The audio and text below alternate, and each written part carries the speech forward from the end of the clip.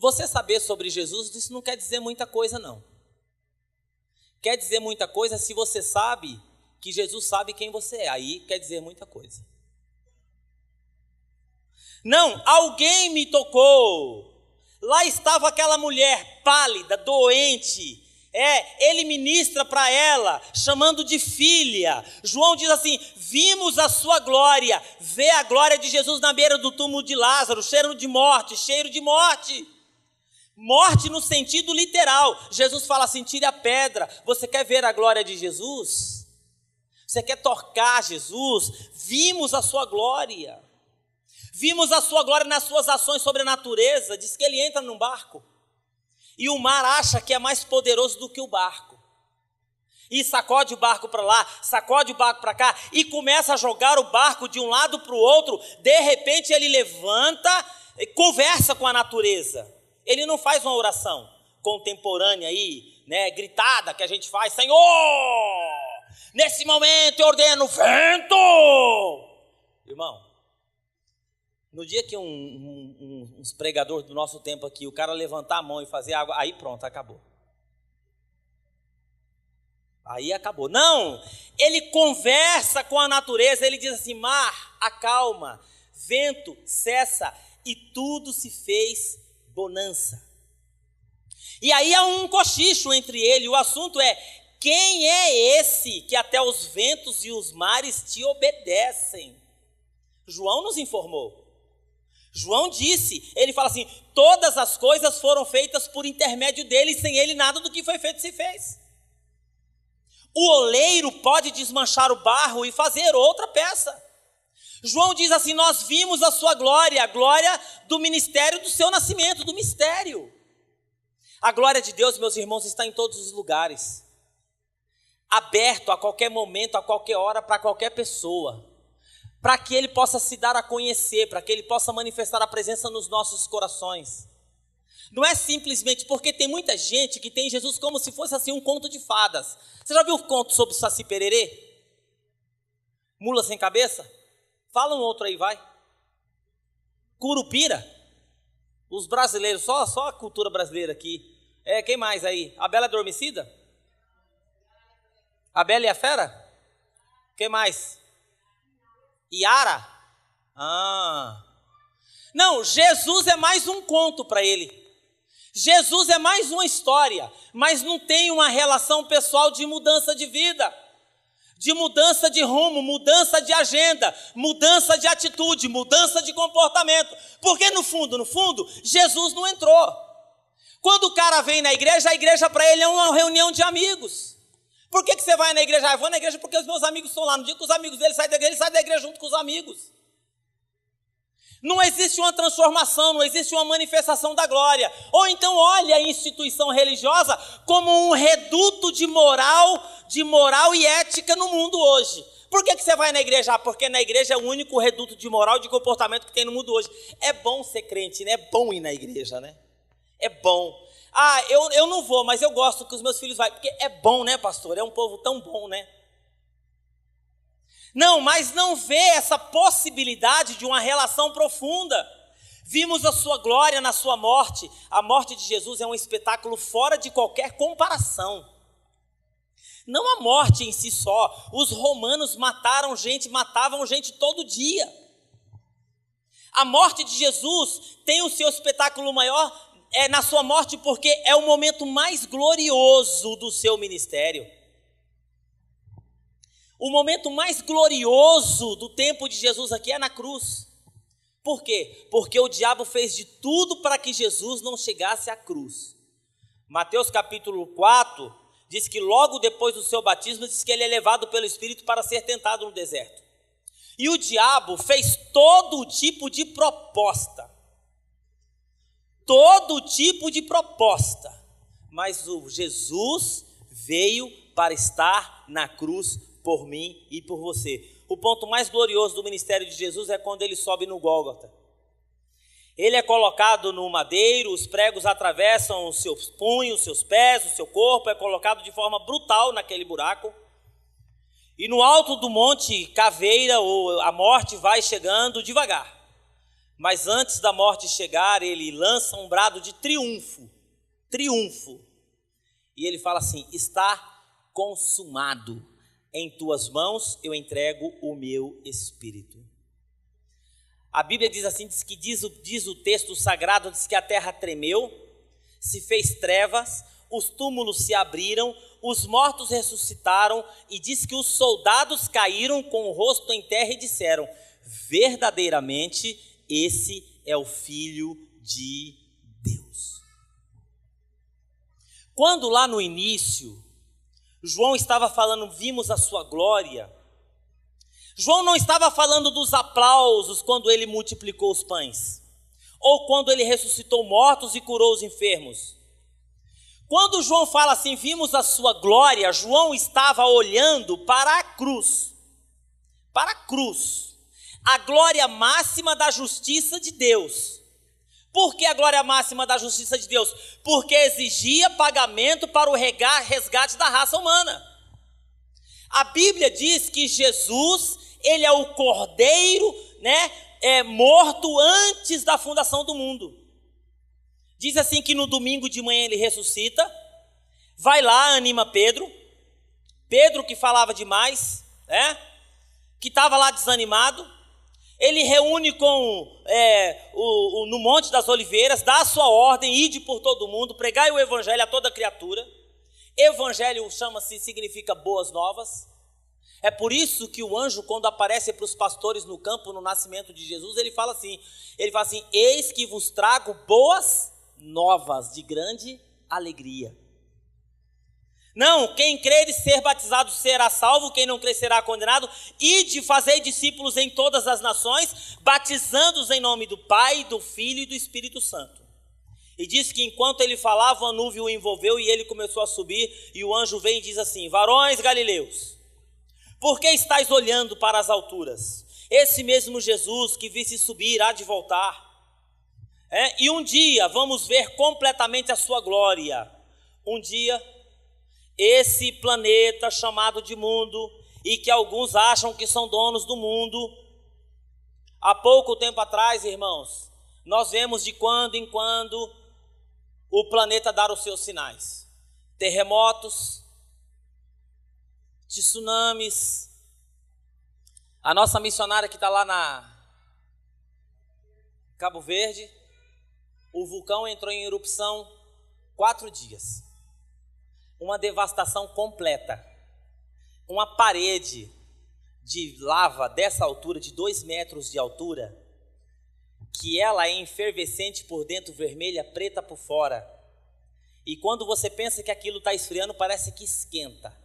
Parece aquela neve que cai no começo do inverno, quem já morou nos Estados Unidos, aí você levanta com a sensação que à tarde aquilo derreteu, e aquilo fica 6 meses. Às vezes acaba o inverno, aquela neve fica lá endurecida, não derrete. E aquela lava não esfria. A cada dia a lava está avançando 200, 300 metros, e onde pega, ela vai destruindo tudo. História, vida, um monte de coisa. Bom, nós vimos aqui como que é o nome daquele redemoinho? Tornado? O cara trabalhou a vida inteira, construiu, história de pai, de mãe, um vento de 20 minutos, deixou galpões no nosso distrito industrial que parecia a quadra de futebol de salão. Não, de quando em quando, na Indonésia, tsunami, um soluço de Deus, produziu um tsunami numa conferência missionária, disse que foram os números mais mentirosos possíveis, 2 milhões de pessoas. Um dia todo esse mundo será entregue em juízo nas mãos de Deus. Esse mundo no qual nós vemos, diz assim a palavra de Deus, que esse mundo que você contempla, que você acha que você vai ficar eterno aqui, diz assim que isso está reservado para o fogo. O fogo, todos nós sabemos o que tem no centro da terra, o que é fogo. 5 vulcões que entrar em erupção de forma simultânea nesse país, você acaba com a economia no mundo inteiro. Porque não tem avião que possa decolar, não tem executivo que possa voar. Não tem ninguém que possa passar um para o lado para o outro, acabou, não tem como voar, acabou o assunto. Aqui no Chile, então, o que acontece? Aí nós vemos também os problemas das pestes. Você sabe que há um medo na China de uma epidemia, porque existem milhões de pessoas no mundo hoje sem o mínimo básico da saúde para sobreviver. Você vive, o Brasil sabe o que é? É o Éden do mundo. Você vive no paraíso, irmão. Você não sabe o que é desgraça, você vive num paraíso. A África, com o problema do vírus, não, o mundo dá os seus sinais. E se continuarmos devastando o planeta, como nós estamos devastando, em breve ele vai virar uma bola incandescente e de vez em quando a terra mostra tudo isso. Mas a Bíblia diz assim que quando essas coisas estiverem para acontecer, segundo a minha fé, chegará um momento que veremos a sua glória. Sabe o que vai acontecer? A Bíblia diz assim que nós vamos ouvir o soar da trombeta. Essa é a glória. Esse menino que nasceu, que nós celebramos o aniversário dele, que nós contamos a história dele, essa é a glória, essa é a nossa esperança. Já viu? Esse menino que nasceu, que cresceu, que vimos a sua glória quando ele passou aqui, a glória maior vai ser quando ele vir com poder e grande glória sobre as nuvens, como diz o Aleluia de Handel. Uma glória eterna para sempre e todo sempre. Onde nós vamos reinar com o Senhor Jesus? Você está preparado? Você está, irmão, preparado? Olha para a pessoa que está do lado. Você está preparado para a volta de Jesus, irmão? Você pode dizer, Maranata, hora vem, Senhor Jesus? Você sabe se você vai chegar na sua casa hoje, irmão? Ou não? Hoje é assim, você sai e você não sabe se volta. Por quê? Tiago, ele diz assim que a vida é como um sopro. A vida é como a neblina. Você levanta de manhã, neblina. 9 horas o sol saiu, sumiu a neblina. Como é que você tem tocado a sua vida? Qual que é a sua relação com esse Messias? Qual é a sua relação com esse menino Jesus? Você é um aculturado? Você é um aproveitador? Você é um religioso? Você é o quê? Ou você tem uma relação íntima com esse Jesus que se manifestou e que se deu a conhecer e que nós vimos a sua glória, mas a glória maior dele é manifesta nos nossos corações. Ou você vive igual Zeca Pagodinho, deixa a vida me levar, a vida leva eu. Ah, pastor, mas eu creio em Deus. Isso não quer dizer nada, irmão. O diabo também acredita em Deus. Sabia? Ele acredita. O diabo, ele sabe que Deus existe. Você crê, eu acredito em Deus, pastor. Eu acredito em Deus. Não. Eu quero saber se você entregou sua vida a Jesus e você fala assim, olha, agora eu estou em um momento na minha vida de conversão. O que é conversão? Eu andava no mundo perdido, fazendo as coisas do meu jeito, da minha maneira. Não. E aí eu percebi que eu não consigo levar a minha vida assim. Aí eu tenho que me converter. Aí eu me volto para Jesus. E Jesus, ele se torna o Senhor da minha vida. E como Senhor, agora eu ando nos passos dele, no caminho dele. E ele vai dizendo como eu devo viver, e eu vivo. Ele vai dizendo como eu devo me relacionar, eu me relaciono. Ele vai dizendo como eu devo me comunicar, eu me comunico. É ele que vai dizendo, porque ele sabe o que é melhor para mim. Nós vivemos num tempo, irmãos, que as pessoas dizem que creem em Deus, mas a vida é como se Deus não existisse. Porque Deus não se deu a conhecer. Ah, pastor, olha, eu tenho até um versículo no meu celular. A questão não é se você tem o nome de Jesus no seu celular, é se o seu nome está no celular de Jesus. Aí que eu quero ver. A minha questão é se quando você bate o telefone para ele lá, ele fala assim, deixa eu ver esse identificador de chamada aqui. Não conheço esse cara não. Conheço esse cara não, desliga. A questão não é se eu conheço ele, a questão é se ele me conhece. E a questão toda também é se eu tenho essa consciência que ele me conhece. Porque se eu tenho essa consciência que ele me conhece, isso é muito aterrorizador. Esses dias atrás eu disse assim, sabe como que é esse negócio? É assim, Deus te conhece pelo lado avesso, peão. E quando eu tenho essa consciência que Deus te conhece pelo lado avesso, e quando você se coloca diante de Deus, é muito ruim, porque quando eu me coloco diante de Deus, eu corro o risco de ouvir de Deus o que eu ouvia do meu pai e da minha mãe quando eu era adolescente. Minha mãe olhava para mim e falava assim, eu te conheço, menino, você não me engana não. Eu sei quem você é, abre seu olho, estou de olho em você. Mas mãe, eu te conheço, rapaz. Com Deus é mais ou menos assim.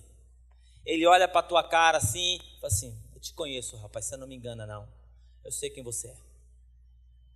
Porque aquilo, né, irmãos, no mercado dos afetos, quando a gente aprende a usar máscara, a gente tem máscara para tudo nessa vida. A gente tem máscara até para vir na igreja. Porque quando vocês estão aqui, é todo mundo com cara de Maria concebida sem pecado, fazendo curso para ser anjo. Te conheço, rapaz. A gente arruma máscara até para vir na igreja. A paz do Senhor, pastora. A paz do Senhor, pastora. Tem uns caras que vêm na igreja e falam assim: nossa, pastor, vim no culto hoje, eu me senti tão bem. Você pode se sentir bem em muito lugar, até no centro de macumba. Tem gente que vai no centro de macumba e se sente bem, sabia? Eu me sinto tão bem. Ministraram um jurei para mim lá, não, jurei é na Seixonoe. Ministraram um jurei para mim, eu estou tão bem, estou leve. Isso não é cristianismo. Cristianismo não é isso. Nós vivemos numa época que mercantilizaram o cristianismo. Parece que assim, irmão, você está abençoado? Pastor, eu estou abençoado. Mudou o meu salário, eu aumentei meu salário. Que bênção, irmão. Troquei de carro. Que bênção, irmão. Pastor, recebi uma proposta de emprego nova. Que bênção, irmão. Pastor, você não sabe, construir uma casa nova. Que bênção, irmão. Pastor, recebi um presente, o senhor não sabe? Que bênção. Isso não é bênção, irmão. Isso é brigadeiro do bolo. Isso é brigadeiro. Sabe aqueles biscoitinhos? Brigadeiro? Na festa, o que é o principal? O bolo. Qual é o coração do evangelho? O bolo do evangelho. É esse menino que nasceu, o menino Jesus, que cresceu, se tornou homem, vimos a sua glória, foi para a cruz, derramou o seu sangue para a purificação dos meus pecados, e diz que todo aquele que invocar o nome dele que será salvo. João 3,16, e que Deus amou o mundo de tal maneira que deu o seu Filho unigênito, para que todo aquele que nele crê não pereça, mas que tenha vida eterna. Agora, pera lá, eu creio, crê? Então tá bom, então aí você crê, e como é a sua vida que você crê? Você crê, então como que é a sua vida?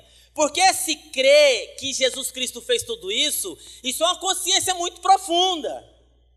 O cara crê, ele continua enganando, soltando cheque sem fundo, falando palavrão, tratando a esposa de qualquer maneira, traindo, indo para motel, fazendo tudo que não presta e crê em Jesus. Esse crer, ele é algo muito mais profundo. Você só tem conhecimento, crença você não tem. Você tem informação, que é diferente de você crer.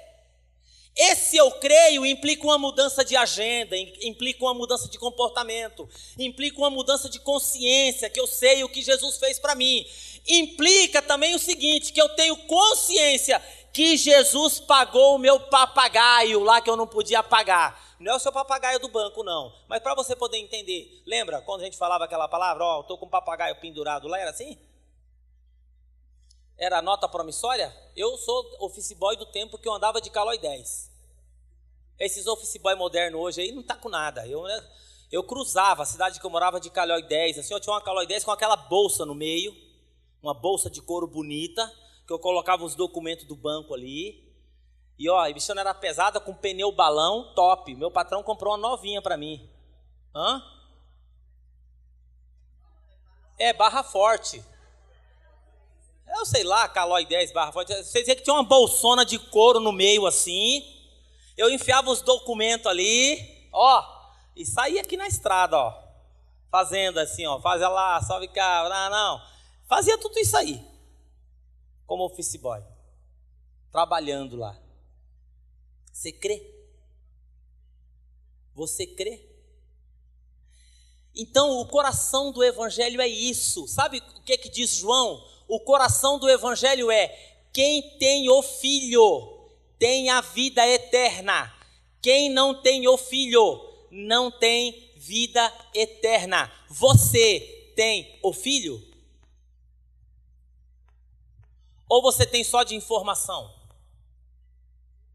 Qual é a mudança que aconteceu na sua vida quando essa revelação chegou na sua vida?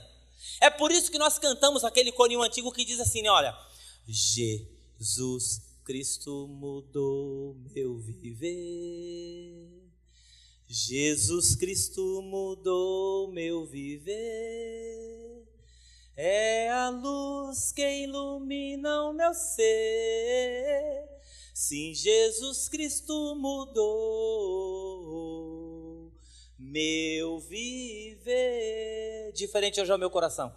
Diferente hoje é o meu coração.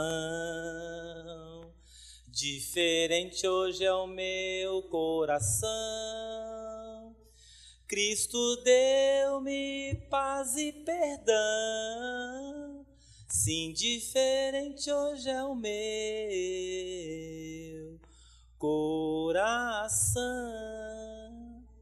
O amor só conheci em canções e falava de ilusões. Mas agora é diferente, isso eu falo a toda gente, pois Cristo deu-me o seu amor. Isso é conhecer a Jesus. Ele muda o nosso viver. Não nos torna super-homens e super-mulheres. Mas quando a gente passa pelo vale, Ele segura na nossa mão e fala assim, olha, eu não vou te tirar da tempestade, mas eu vou te dar fé para que você possa ficar em pé no meio da tempestade. O seu barco está no meio das ondas, mas eu vou te dar força para que você continue remando quando a provação e a luta vir na sua vida. Porque quando a gente está no meio da luta e da provação, você tem que continuar remando. Porque quando você continua remando, 2 lições você aprende. Jesus não deixou o seu barco afundar. Segundo, Ele está te dando força para que você possa remar. Vimos a sua glória e veremos a glória do Senhor Jesus. E nós subiremos com Ele e estaremos para Ele unidos para sempre. Ele chama a gente para olhar para cima e não para baixo. Jesus essa noite chama a gente para olhar para cima e não para a gruta. A única glória que permanece para sempre é a glória de Jesus. Você já viu a glória de Deus? Você já viu um lampejo da glória de Deus? Nos atos de Deus, na história, na sua vida, Deus operando na sua vida? Eu quero dizer para você essa noite que Jesus continua realizando a sua glória. O mundo todo, querendo ou não, teve que parar e dizer, naquele lugar, Deus manifestou a sua glória. Você conhece essa pessoa que manifestou a glória de Deus, Jesus Cristo? Será que essa pessoa que manifestou a glória dele lá em Belém já nasceu na sua vida? Ou não tem lugar para ele na sua vida? Porque o grande problema é que quando o dono do mundo chegou aqui, é isso, não tinha lugar. Diz que ele nasceu numa gruta. Por quê? Porque não encontrava lugar. Eu acho que Jesus ainda continua não encontrando lugar. Porque a nossa vida está tão cheia de tanta coisa. Eu não consigo entender quando eu chego para uma pessoa e falo assim, ô fulano, não estou vendo você na igreja. Ô pastor, estou sem tempo. Não, você tem tempo sim. Tem tempo sim, irmão. Não é sua prioridade, mas que você tem tempo, você tem sim. Você tem tempo até para ficar doente? Tem. Quando o médico chega e fala, você está doente, vai ter que parar com tudo. Você tem que parar. Você tem tempo para tanta coisa nessa vida, não vai ter tempo para Jesus? Qual é o maior presente que um homem ou uma mulher poderia dar para Jesus num dia como esse? Se Natal é tempo da gente presentear, qual é o maior presente que nós poderíamos dar? O nosso coração. Eu acho que foi Dostoiévski que disse assim, o coração do homem tem um vazio que ele é exatamente do tamanho de Deus. Enquanto Deus não entra, o homem fica tentando preencher esse vazio com um monte de coisa por aí. Jesus quer entrar na sua vida de forma definitiva, te trazer contentamento, paz, alegria e esperança, porque eu falei sobre isso hoje de manhã. Mensagens do Natal, eis que vos trago paz, glória a Deus nas alturas e paz na terra, os anjos disseram. Eis que vos trago boas novas de alegria, mensagem de esperança, porque o anjo disse que é esperança para todos os povos, mas a maior mensagem, sabe o que é? É a mensagem de humildade. Se é uma coisa que a gente precisa revestir o nosso coração esse Natal, não é de roupa nova, é de humildade. Porque a grande lição do nascimento do Senhor Jesus é a lição de humildade. Vamos ficar em pé nessa noite? E eu quero que você faça o seguinte, eu quero que você feche os seus olhos.